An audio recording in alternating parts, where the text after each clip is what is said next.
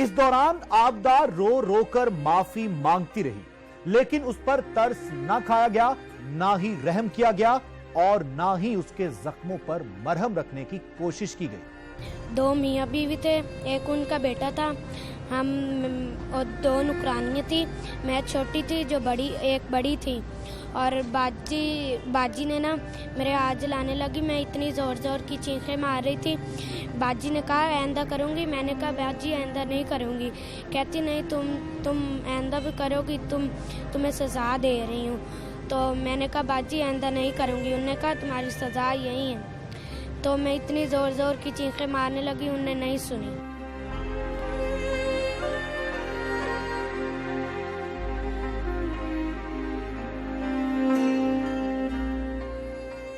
ऊपर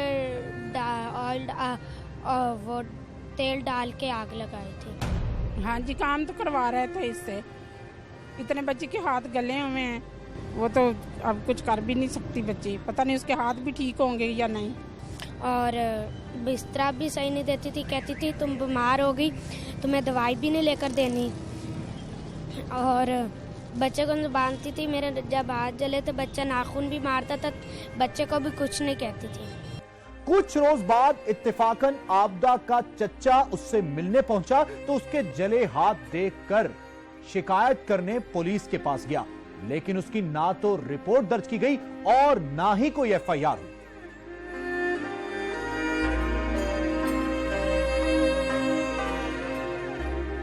हम जब गए इसके बाद थाने, तो थाने वाले हमारी सुन नहीं रहे थे। जब हम मीडिया के पास गए हैं तो मीडिया की खबर सुन के ना वो उस लोगों ने हमारी एप्लीकेशन ली।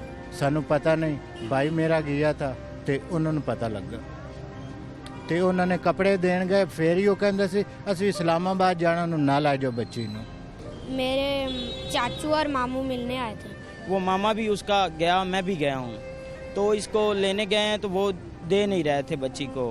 पहला नंबर तो मिला नहीं रहे थे, फिर मिलने दिया तो उसने बताया, मैंने देखे तो दोनों हाथ जले हुए थे। तो जब निकली तो मेरे पॉकेट में हाथ थे। उन्होंने कहा ये क्या हुआ है? तो मैंने नाम बताया। घर जब लेकर आए चाचू तो तब मैंने बताया था। बाजी से पूछा, मैं कहा बाजी ये क्या हुआ? वो कह रही है कि इसके हाथों पे ऑयल गिरा है, ये फ्राई पैन उठाने लगी है।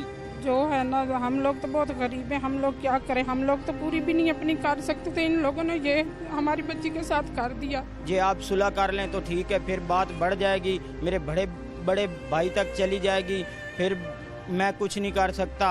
वो धमकियां ही दे रहे हैं सर, ऐसे ही कर रहे हैं वो। आपदा के चच्चा ने धमकी आमेज फोन कॉल मौसूल होने का बताया तो दूसरी जानिब आपदा के वालिदैन इंसाफ के लिए दुआएं देते रहे, मगर क्या उन्हें इंसाफ मिला? वज़ीर आला के आगे हमारी दरख्वास्त है कि पूरा हमें इंसाफ मिलना चाहिए। हुण सानू इंसाफ चाहिए, सानू इंसाफ मिलना चाहिए, वज़ीर आला दा इंसाफ मिलना चाहिए, बस असी ये चाहते हैं। तो वज़ीर आला पंजाब से हम दरख्वास्त करते हैं कि हमारा मसला हल कीजिएगा, इंसाफ दिलाइए। होती है, बहुत तकलीफ होती है, क्यों नहीं होती तकलीफ? कोई माँ कहती है कि हमारा बच्चा तकलीफ में हो। हम लोग तो नहीं ये चाहते कि हमारी बेटी तकलीफ में हो।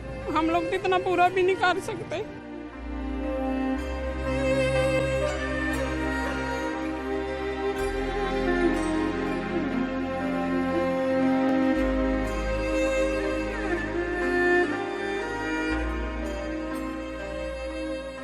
अब हमें इंसाफ चाहिए और कुछ नहीं।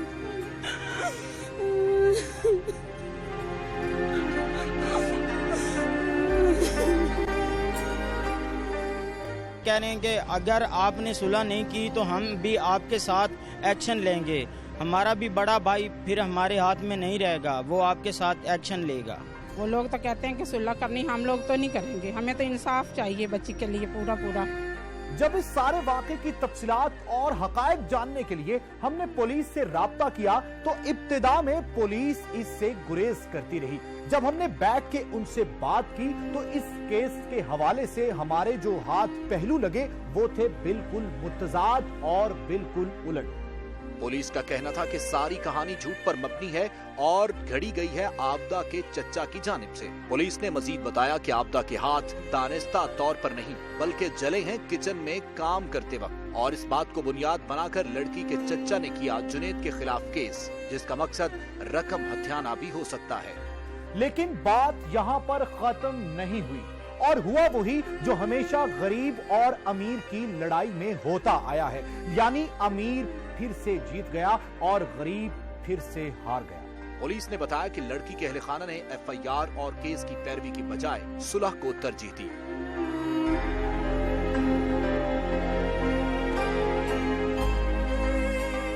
लेकिन उन्होंने ऐसा क्यों किया? क्या कोई दबाव,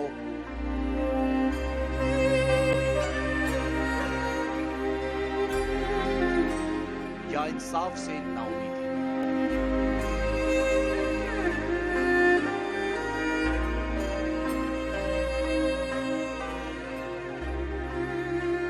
आईने पाकिस्तान में बच्चों पर तशद्दुद की रोकथाम पर कानून तो मौजूद है, मगर ऐसे कानून का क्या फायदा जिस पर अमल ना किया जा सके।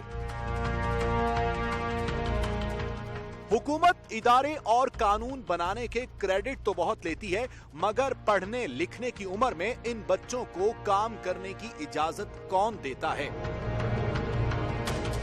क्या हुकूमत बच्चों पर तशद्दुद की वारदातें रोकने में नाकाम हो चुकी है? हुकूमत ऐसे इक़दाम क्यों नहीं करती कि दोबारा इस तरह के वाकयात पेश ना आ सकें? हमारे मुआशरे में हमेशा गरीब ही क्यों जुल्म का निशाना बनता है? कोई ऐसा सिस्टम क्यों नहीं बनाया जाता जहां हर शहरी का तहफ्फुज हो, कानून सबके लिए एक जैसा हो और बच्चों के हाथ काले होने के बजाय उनके हाथों में कलम, किताबें और बस्ते हों, ताकि वो आने वाले वक्त में मुआशरे के लिए कुछ कर सकें और एक मुअज़्ज़िज़ शहरी बनकर जिंदगी गुजार सकें। जुर्म कोई भी हो, हम दिखाते रहेंगे। अगर आपके इर्द गिर्द होता है कोई ऐसा वाकया या वारदात, तो आप करें हमसे राब्ता। हम बनेंगे आपकी आवाज, क्योंकि हम हैं लाहौर की आवाज। इसके साथ ही अपने मेजबान तारिक हफीज को जुर्म अंजाम की टीम के साथ दीजिए इजाजत। अल्लाह निगहबान।